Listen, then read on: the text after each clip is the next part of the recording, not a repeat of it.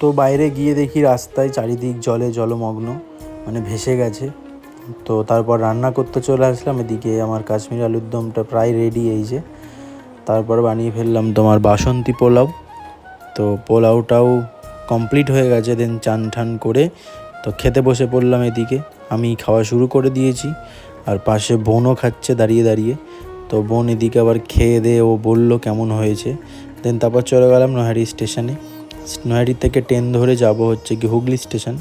তো এই যে ট্রেনের ভেতরে, আর ট্রেন থেকে দেখো বাইরের প্রকৃতির দৃশ্যটা কি সুন্দর লাগছে, আর গঙ্গার ওপর থেকে যখন ট্রেনটা যায়। তারপর চলে আসলাম স্টেশনে। দেন তারপর এখান থেকে হলে চলে আসলাম।